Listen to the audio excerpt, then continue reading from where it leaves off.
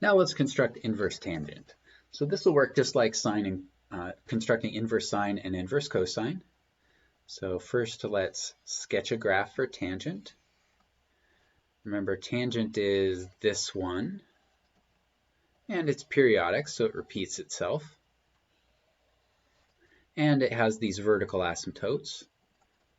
The first vertical asymptote to the right of 0 is at pi over 2, and the first vertical asymptote to the left is at minus pi over 2. This function is not one-to-one, of course, because it's periodic. It can't be one-to-one. So we need to keep only a part of this graph.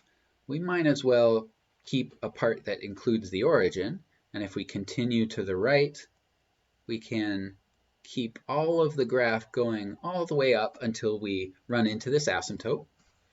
And we can continue from the origin leftwards all the way down until we run into that first asymptote to the left.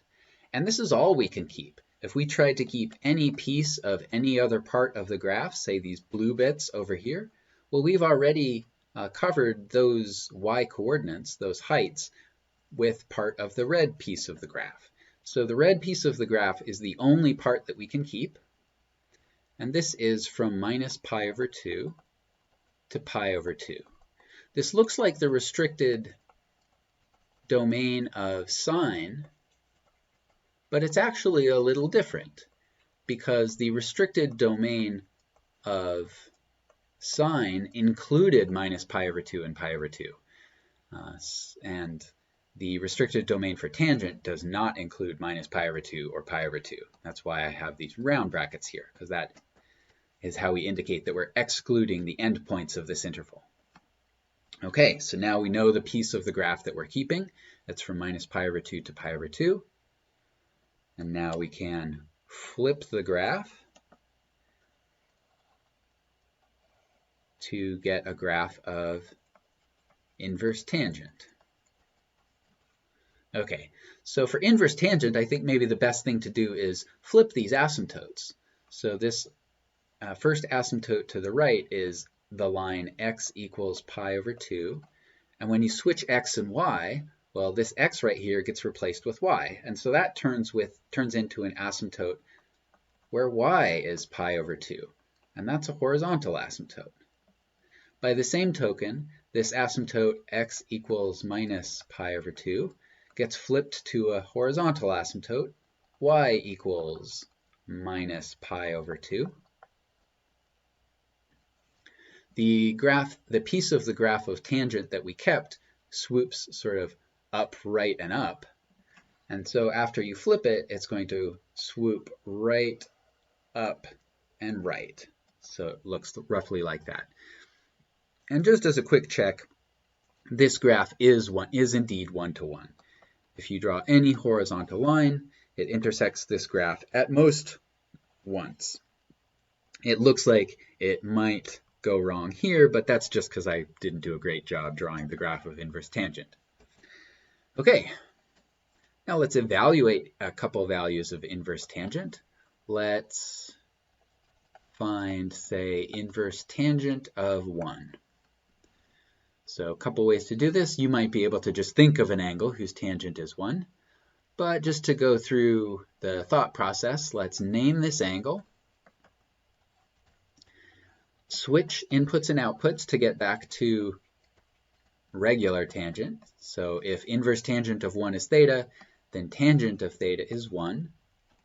Remember that theta has to be in the interval from minus pi over 2 to pi over 2, because that's the restricted domain of tangent, which is the range of inverse tangent. So now we can draw a copy of the most important diagram that has this value for the tangent of the angle. Remember what tangent looks like geometrically. Tangent of an angle is the slope of the terminal side of the angle. So we want to draw a terminal side for our angle that has slope 1. But that's going to look like this. Here's the line through the origin that has slope 1. We can't draw an angle that goes down to this negative or this left part of the line, because this angle, however we get there, going clockwise or counterclockwise, wouldn't be in this interval from minus pi over 2 to pi over 2.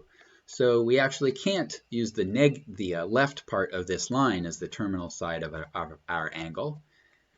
Instead, we need to use the positive part of the line as the terminal side of our angle. And to be between minus pi over 2 and plus pi over 2, well, we have to just go up directly. We can't play any funny games with going around more than once or anything like that. So what angle is it that goes up to this line with slope 1? It's pi over 4, or 45 degrees. All right, hopefully you saw that coming from a ways away. For another example, let's find inverse tangent of minus square root of 3. Okay, so call this angle theta. We can switch inputs and outputs. So tangent of theta has to be minus root 3. And as usual, theta has to be between minus pi over 2 and plus pi over 2. Minus root 3 is about minus 1.7. So if we draw a copy of the most important diagram like this, we need to draw a diagonal line through the origin whose slope is negative, and it's more negative than minus 1. So it's going to be like this. Okay. We can't go up to this left part of this diagonal line because that would put us outside of the interval from minus pi over 2 to plus pi over 2. So we have to go down to this right-hand side of the line. And you might be hoping that this is one of the angles that we know, and so you might just think, well, what is tangent of pi over 6? Is it minus root 3? It's not. What is tangent of minus pi over 4? Is it minus root 3? It's not. It's minus 1. What is tangent of minus pi over 3? Is it minus root 3? Yes. So we got lucky again. The value for theta we were looking for is minus pi over 3.